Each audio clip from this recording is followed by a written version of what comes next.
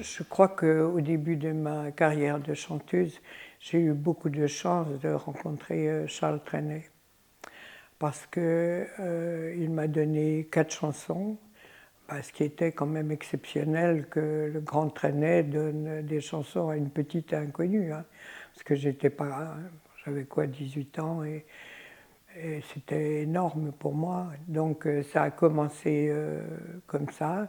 Et puis bon, ça m'a permis quand même de faire énormément de travail à Paris, en l'occurrence, à des télévisions, des, des rencontres extraordinaires avec par exemple Beko, Dalida. J'ai fait avec elle une tournée de 3 mois. J'étais débutante, elle était vedette. C'était beau d'ailleurs.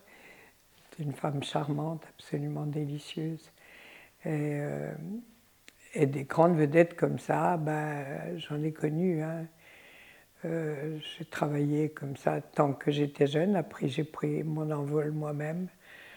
J'ai fait énormément d'établissements à Paris, des grands, qui étaient les établissements qui prenaient des chanteuses actuelles. À cette époque, c'était le top. Hein. On passait là, c'était le marchepied pour l'Olympia. Donc, je ne sais pas si vous voyez l'image Mais c'est-à-dire que le métier était différent. Hein. On passait dans des tas d'établissements à Paris avant de pouvoir se propulser, si vous voulez, à l'Olympia.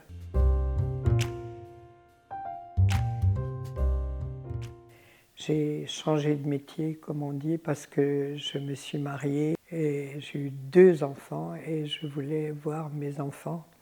Donc, j'ai quitté tout doucement le métier et je me suis installée donc dans mon bonheur, mais comme j'ai un sens un peu artistique poussé, je ne pouvais pas rester sans m'exprimer, si on peut dire.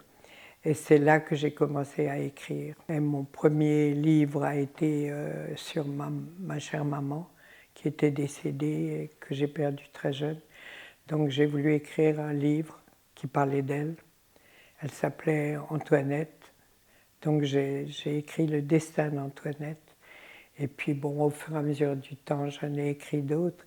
Et puis j'ai écrit donc Je suis juif.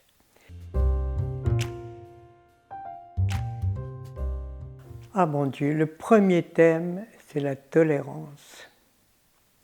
C'est un roman d'amour. Hein.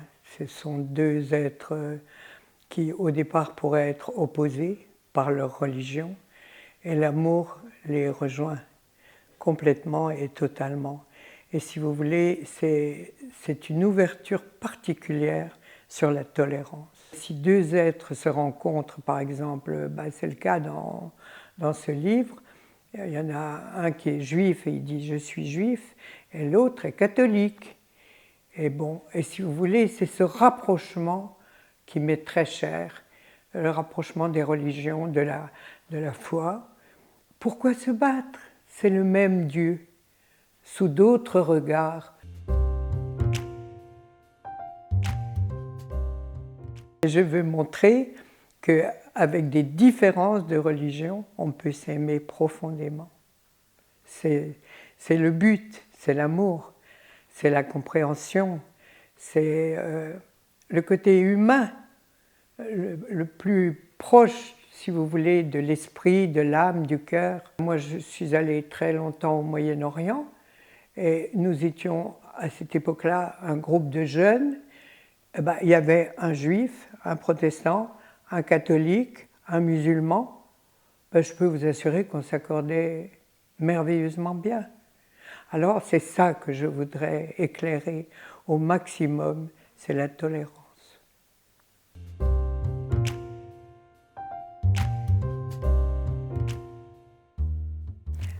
Pour la bonne raison que moi j'ai eu un mari juif.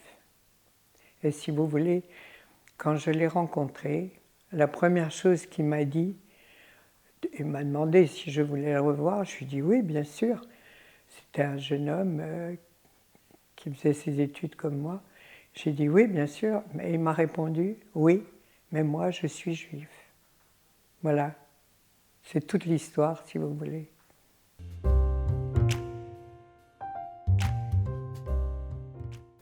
Oh ben écoutez, je débarque dans votre maison, j'adore.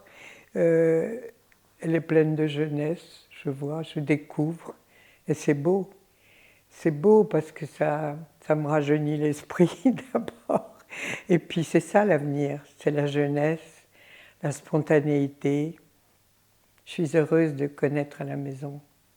Et je suis heureuse de connaître que ce sont des jeunes et qu'on peut s'appuyer sur la jeunesse. Ça, c'est un réconfort.